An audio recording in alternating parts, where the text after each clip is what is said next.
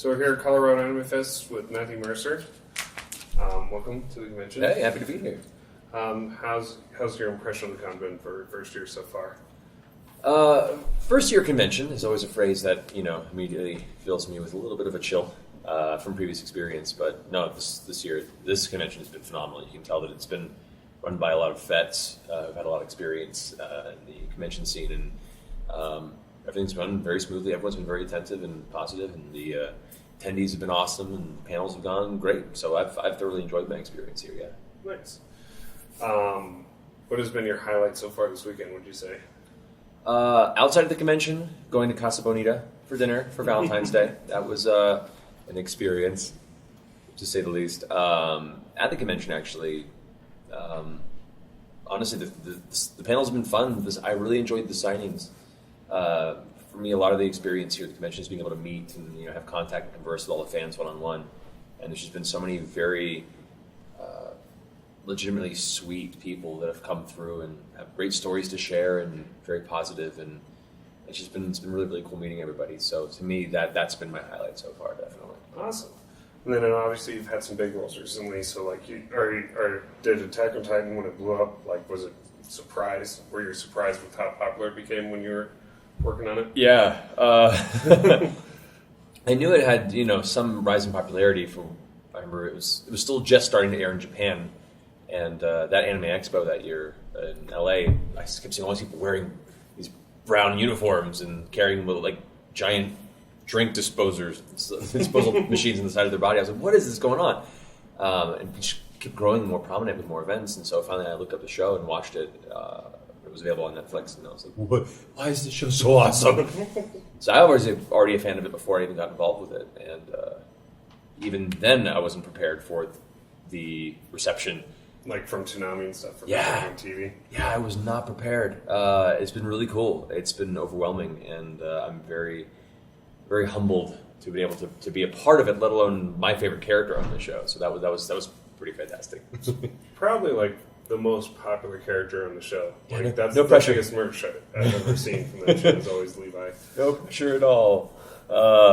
Yeah, it's been really, really cool being able to step into that character's shoes, and I'm looking forward to the next season and hopefully doing some of the other ancillary content they put out that kind of go further into his backstory too.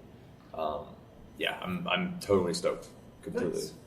Do you have any other upcoming roles that you can talk about? That I can talk about, yeah. I think I can say now that I'm in the Fire Emblem Fates that's coming out in the next week or so. Oh yeah. Where I voice Ryoma, who's one of the two big. You have two different families that you basically choose between. He's the head of the more Japanese-oriented family, as well as a number of other characters you can collect in the game. That voice as well. Let's see what other things. The recent release of the Pillars of Eternity, I think it's called White Marches, is their final expansion for the game. It came out recently, or is about to. I reprised my roles of Adair and Eloth in that, so excited about that. Those are the big titles that just recently hit that are more of an announcement point. Other than that, there's also Minecraft story mode. No. I have recurring characters in that, and my character Aiden has some cool story bits coming up, so I'm excited about that. That's awesome. And yeah. And speaking of Fire Emblem, that's a huge series. Yeah. For in Nintendo in general, especially because it's the more adult-oriented Nintendo, especially with Fates.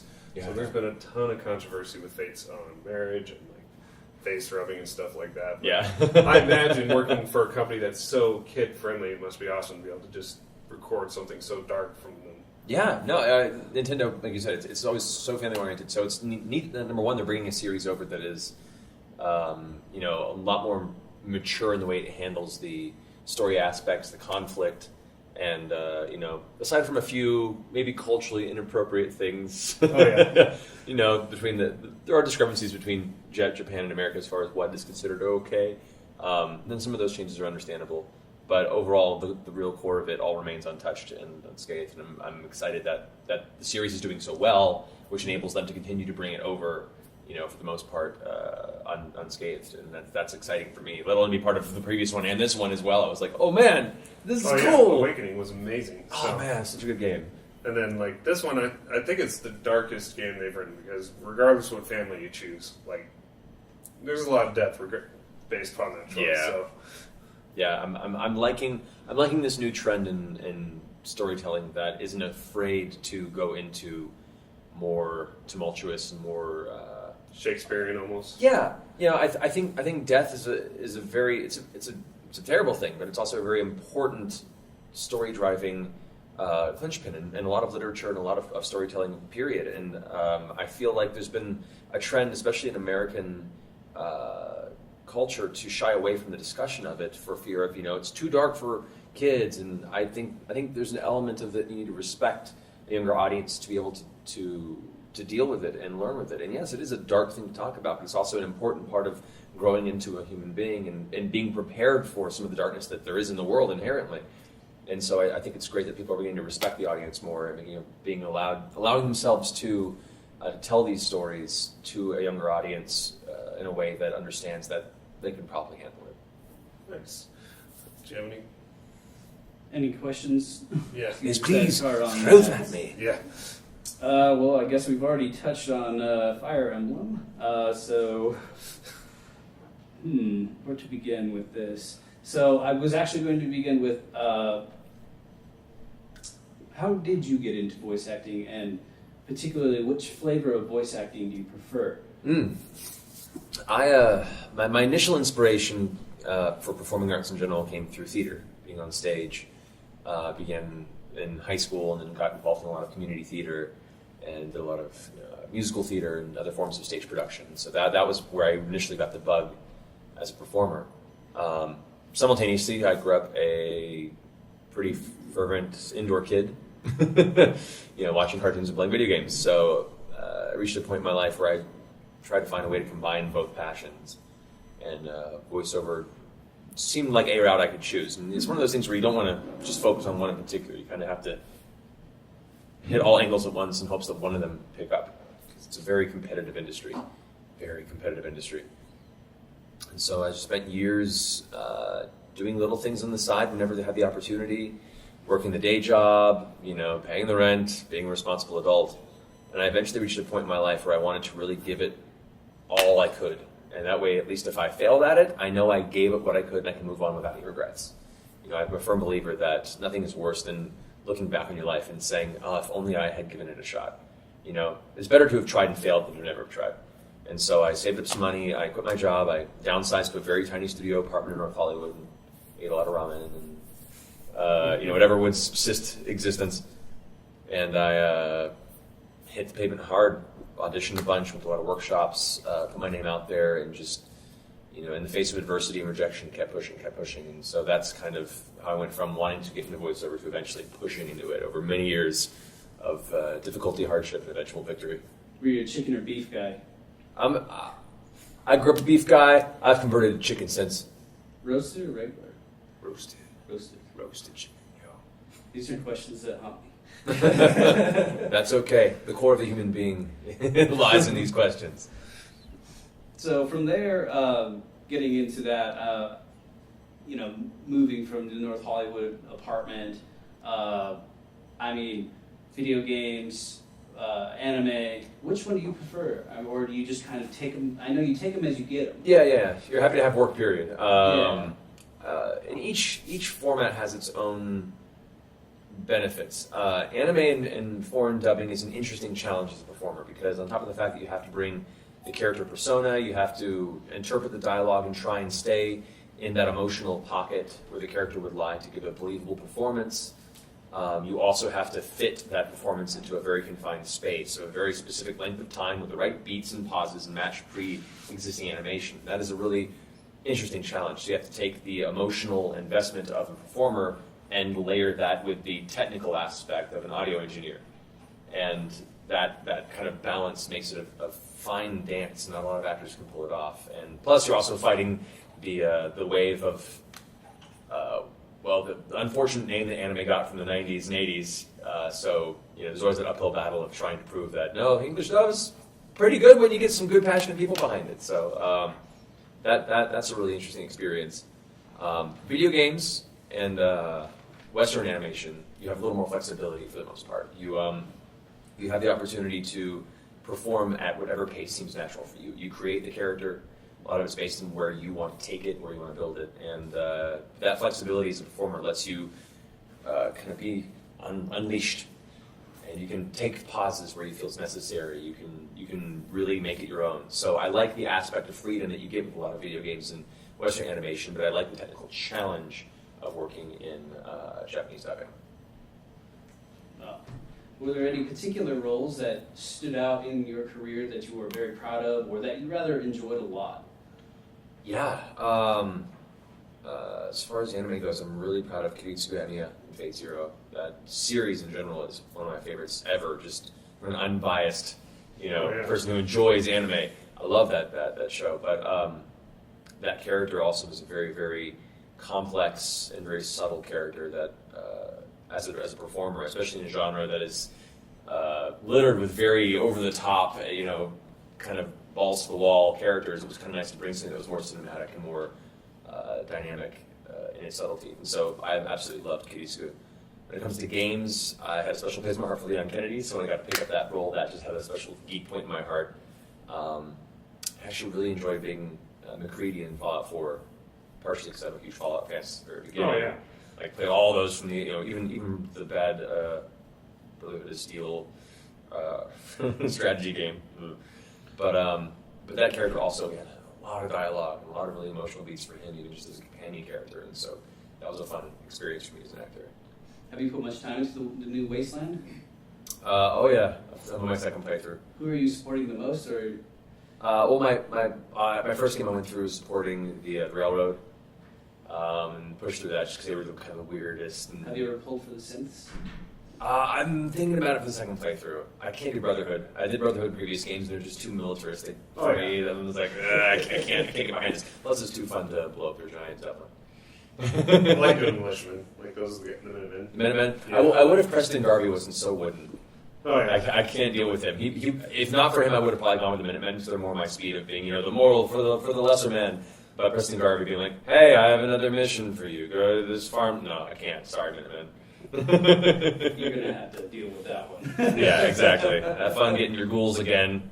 If you don't mind me asking, how long were you working on Fallout 4? Because this was a game that was constantly popping up and then disappearing and popping up ever since releasing in Vegas, like 8 years ago. Yeah. We began recording that about 2 years ago. 2 years ago? And let me tell you, no game has been harder for me to keep under wraps than that one. As a Fallout nerd, the day we began recording on it, I was just like, we don't want to talk about this so bad. And they didn't announce anything until the day of release, and so we were just chafing a bit. Oh yeah, E3 this year is when they announced it, and they're like, "Yeah, it comes out in 5 months." Like, yeah, how's that for a drop, man? I love that. I love the little surprise. Oh, and it's like right around the corner, guys. Not too many game companies do that. I think you should. But yeah, we recorded that for a while, and I'm super excited. And just we to talk about it. So, speaking of Resident Evil roles, they are talking about a remake of Resident Evil 2. Is that something you're hoping to reprise Leon? I would love that. I would absolutely love that. Leon's very dear to my heart, and I'd like to be able to portray him in a younger stage. Where he's not so much a badass, where he's just kind of or just him around. Yeah, or even his world weary. I got to play a little more of his cocksure Resident Evil 4 self in the film Damnation. And then in 6, he was just very kind of downtrodden and beaten by the perpetuation of this virus. And I think it'd be a lot of fun to go back and do him. First day on the job, everything goes to crap, and deal with it. So I hope that's the case. Nice. What has been your favorite video game of all time you think you've worked on? Oh, man. That's a hard choice. Oh. I mean, Fire Emblem's a good choice, but like Fallout 4, just because of how huge that is worldwide for everyone, and like you see like people spending like digging into the game for like 400 hours just for anything they can find with every character. Yeah. That one comes pretty close. Just really proud to be a part of that one. I wish I could have been part of Witcher, but didn't all cast in the UK, which makes sense. They're really great. That's my favorite franchise, period. So I would say, oh man, Fallout's pretty up there. Pretty damn proud of that.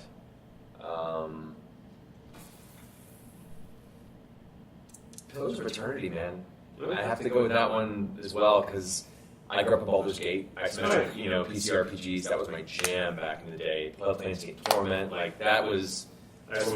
Oh yeah, that whole genre of game is so important to me. So when they kickstarted that, I was a supporter before I was even involved, and then getting those characters and it was incredible. So, and the final product was so everything you hoped it would be. So I'm very, very proud of those. Yeah. What do you think of the whole Kickstarter fund for video games that's happening right now? Because it's a huge trend for a lot of major developers where they're leaving their companies because Kickstarter gives them the freedom to do whatever they want. Exactly. Instead of being controlled by the big corporate guy who are like, no, we're going to make it this way 'cause it'll be popular.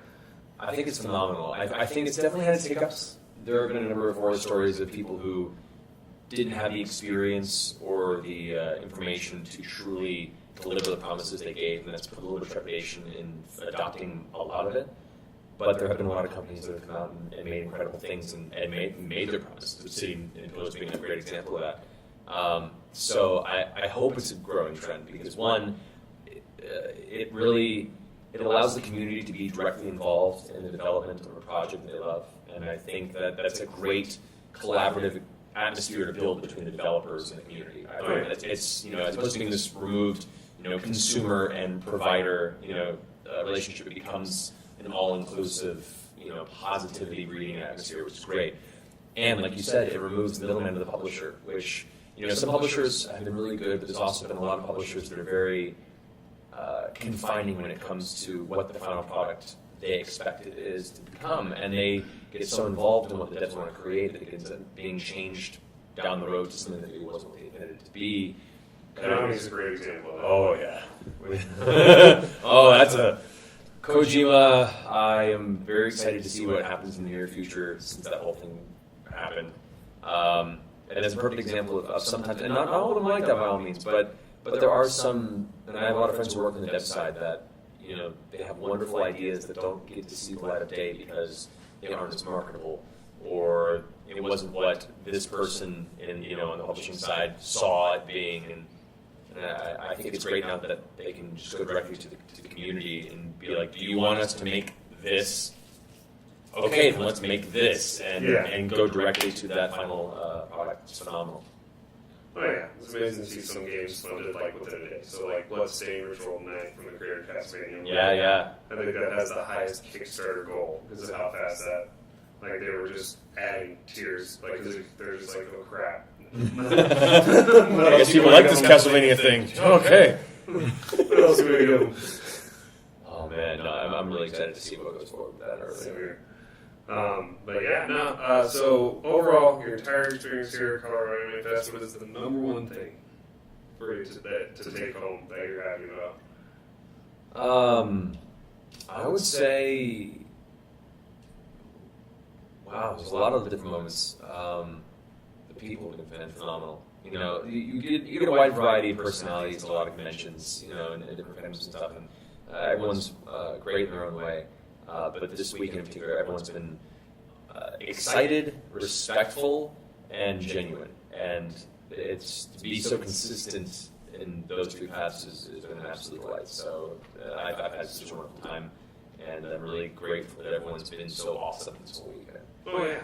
Feels definitely not like the first year con. No, not at all. Been running for a very long time. Yeah, it's awesome. I love it. Well, thank you for spending so much time with us. Man. It was great talking to you. Oh, you too, guys. Thank you so much for coming along. Colorado Anime Fest